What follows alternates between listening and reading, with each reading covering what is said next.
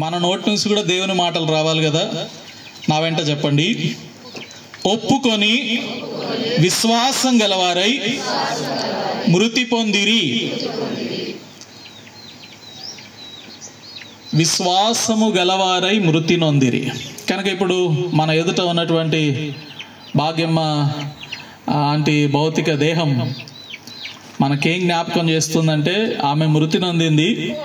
ఆమెనే కాదు, భూమి మీద పుట్టిన ప్రతి ఒక్కరూ ఏదో ఒక దినాన మరణించవలసిందే. ఎప్పుడు, ఏ క్షణంలో, ఏ సమయంలో ఎలా మరణం సంభవిస్తుందో మనకు తెలియదు. మరణం అయితే తథ్యం, దాన్ని ఎవరు మార్చలేరు. అయితే ఎలా మృతి నొందినాం అనేది ప్రాముఖ్యమైంది. కానీ ఇక్కడైతే విశ్వాస వీరులు ఉన్నారు. ఈ విశ్వాస వీరుల పట్టికలో ఉన్నటువంటి ఈ విశ్వాస వీరులందరూ హీరోస్ ఆఫ్ ఫెయిత్. ఎలా మరణిస్తున్నాం? విశ్వాసం గలవారమై మరణిస్తున్నామా? విశ్వాసం లేని వారమై మరణిస్తున్నామా? యేసుక్రీస్తు ప్రభువారు భూమి మీద ఉన్న దినాల్లో ఈ మాట పలికారు. యోహాను సువార్త 8వ అధ్యాయము 24వ వచనం. కాగా మీ పాపములలోనే ఉండి మీరు చనిపోవుదురని మీతో చెప్పితిని. నేను ఆయననని మీరు విశ్వసించని ఎడల మీరు మీ పాపములలోనే ఉండి చనిపోదురని వారితో చెప్పాను.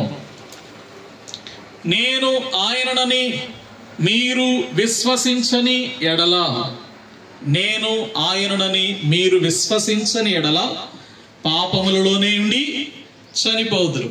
విశ్వాసం వలననే మృతి పొందిన వారు ఒకవైపు ఉన్నారు, విశ్వాసం కలిగిన వారై మృతి నొందినారు. రెండో వైపు దేవుని యందు విశ్వాసం ఉంచకుండా ఆయనను ఎరుగక పాపములలోనే ఉండి మృతి నొందినారు. ఇది రెండవ గుంపు.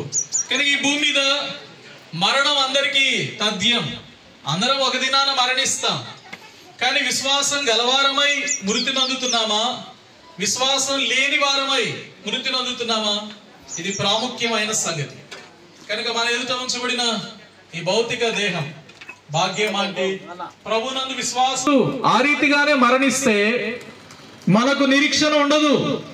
ఏమి నిరీక్షణ ఉండదు? ఎప్పుడు చనిపోతామో తెలియదు, చనిపోతే ఎక్కడికి పోతామో తెలియదు, మన బ్రతుకుకు ఒక అర్థం ఉండదు. ప్రియ సహోదరుడా, సహోదరి, ఈ శరీరము, మట్టి శరీరం తిరిగి మట్టిలో కలిసిపోతుంది. దేవుని యొద్ద నుండి ఆత్మను పొందిన మనం మరలా దేవుని యొద్దకు వెళ్ళవలసి ఉంది. కానీ దుఃఖకరమైన సంగతి ఏంటంటే పాపములలోనే మరణించిన మనం ఎలాగూ దేవుని యొద్దకు వెళ్ళగలం? ఎలా పరలోక రాజ్యములో ఆయనతో పాటు నివసించగలం? సదాకాలము ఆయనతో కూడా ఎలా ఉండగలం? అది సాధ్యం కాదు.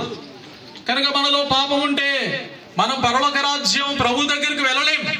మనతో మాట్లాడుతున్న సంగతి ఏంటంటే, నేను విశ్వాసం గలదానై మృతి నొందినాను. ఒక దినాన ఆమెకున్న విశ్వాసమును బట్టి ఆమె ఇప్పుడు భూమిలో విత్తబడుతోంది. ఒక దినాన తిరిగి లేపబడుతోంది.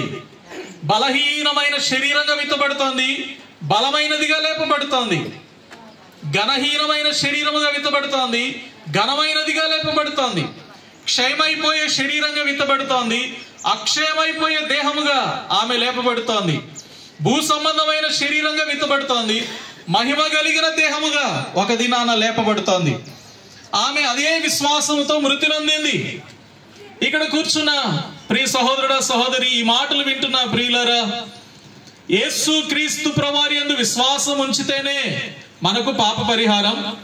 ఎవరికి పాప క్షమాపణ ఉందో వారే ఇట్టి నిరీక్షణ కలిగిన వారుగా ఉంటారు. ఏంటా నిరీక్షణ? యేసు ప్రభువారు ఎప్పుడు వస్తారా, లేకపోతే నేను యేసుక్రీస్తు ప్రభువారి దగ్గరికి ఎప్పుడు వెళ్తానా? నిరీక్షణతో ఎదురు చూస్తూ ఉంటారు. మేము పరదేశులం, మేము యాత్రికులం.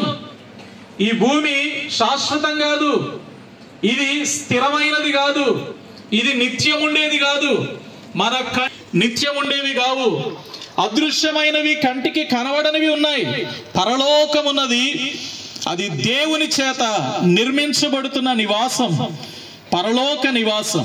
ఎవరైతే ఆ పరలోక నివాసములో స్థలమును ఆ పౌరస్థితిని, పరలోకములో పేరులను, పరలోకములో వారి స్థలాన్ని, నివాసములను కలిగి ఉంటారో అట్టివారు నిరీక్షణ కలిగి ఉంటారు. ఎస్, ఒక దినాన